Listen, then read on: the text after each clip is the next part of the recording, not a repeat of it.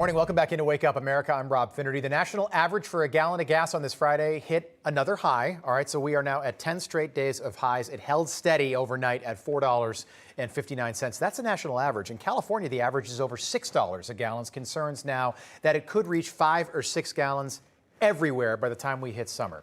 Congressional correspondent Kilmeny Dukart is live from the White House this morning with more. Kilmeny, good morning.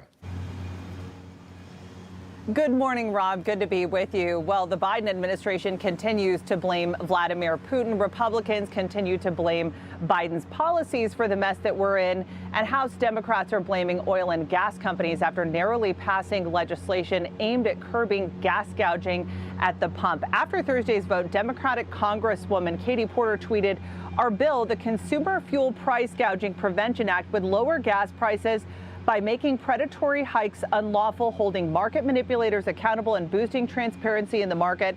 The House passed my bill. Families need the Senate to do the same." All but 4 Democrats voted in favor of that. They said that this wouldn't do much to curb prices for consumers, to lower prices for consumers. It received no Republican votes, and it would face an uphill battle in the Senate, where you would need 10 Republicans to pass it with a simple majority.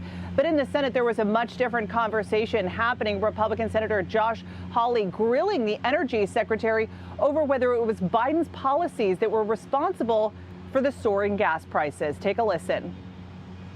Madam Secretary, are you telling me under oath that these policies had no effect? I'm telling you that 94% of the oil and gas industry... I'm not interested in their opinion. I'm interested in the facts. So, no, they did not. Ask That is Vladimir a remarkable statement. Well, Texas Senator Ted Cruz and more than a dozen other Republicans sent a letter to the Commerce Secretary Gina Raimondo urging her to stop the delays with permits. He says while the Biden administration and members of Congress fault the domestic oil and gas industry for sitting idle on over 9,000 drilling permits and millions of acres in inactive leases, NMFS's permitting delays represent one example of the administration's de facto ban on new drilling, impeding domestic oil and gas investment, exploration, and production. Cruz has also introduced 2 separate pieces of legislation and ramping up on and offshore drilling. But all of this, again, as consumers are going to see higher prices in the summer. Rob. Bad news for everyone watching right now. Kilmeny Dukart reporting live at the White House. Thank you. Have a good weekend, Kilmeny. All right, the crucial Pennsylvania Senate primary race has gotten even closer over the last 24 hours. Dr. Mehmet Oz right now clinging to a roughly 1,000-vote lead over businessman David McCormick. Yeah, for more on this, let's welcome in Pennsylvania Congressman and member of the House Judiciary and Foreign Affairs Committee and Iraq War veteran Guy Reschenthaler. Welcome back to Wake Up America, sir. Thanks for having me back on. Of Please course. Just call me Guy. I know you say that all the time. If I say that, I'm going to have to march right down to the office after the show. We're going to get in trouble. Like, he's a congressman. Yeah. You got to call him a congressman. We appreciate that. Yeah. Good to have you back on. Take us through what's going on in Pennsylvania right now. And we had Mark Halpern, political analyst, on earlier, and he said, traditionally what we've seen historically happen is whoever's leading going into a possible recount typically wins that recount. The most famous example, George W. Bush in 2000. But how do you see this playing out?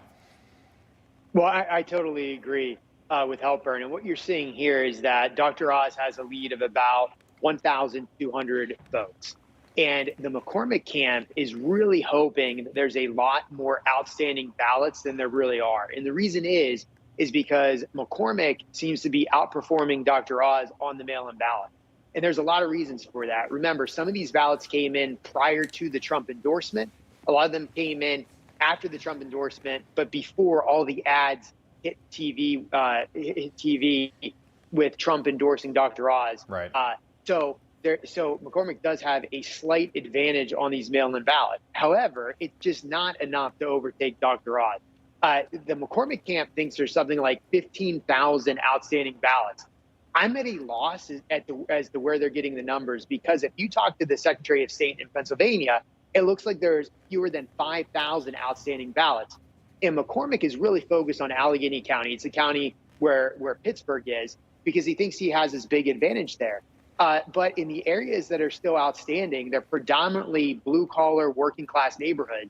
McCormick did incredibly well with rich, affluent voters. Dr. Oz did incredibly well with working-class voters. So I would I would predict that at best McCormick will be at a 50-50 break on the ballots coming from Allegheny County, of which there's only about 1,800 left. And we're witnessing a political realignment. So many working class voters. You think about those Reagan Democrats back in the 1980s. They are now voting red. They are voting for Republicans. Yeah, Congressman Oz and McCormick, they've reportedly lawyered up as the pair brace for what figures to be a drawn-out recount period. Many expect the candidates to fight in the media, maybe in the courtroom. But how long do you think it's going to take? Because whoever the winner is, they got to get campaigning. Right.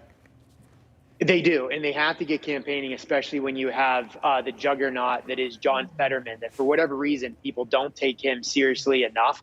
He's a very formidable candidate. I still think Dr. Oz is the only one that can beat Fetterman in the fall. But going back to the timeline, there's going to be an automatic recount because in Pennsylvania, if you're under 0.5%, there is an automatic recount.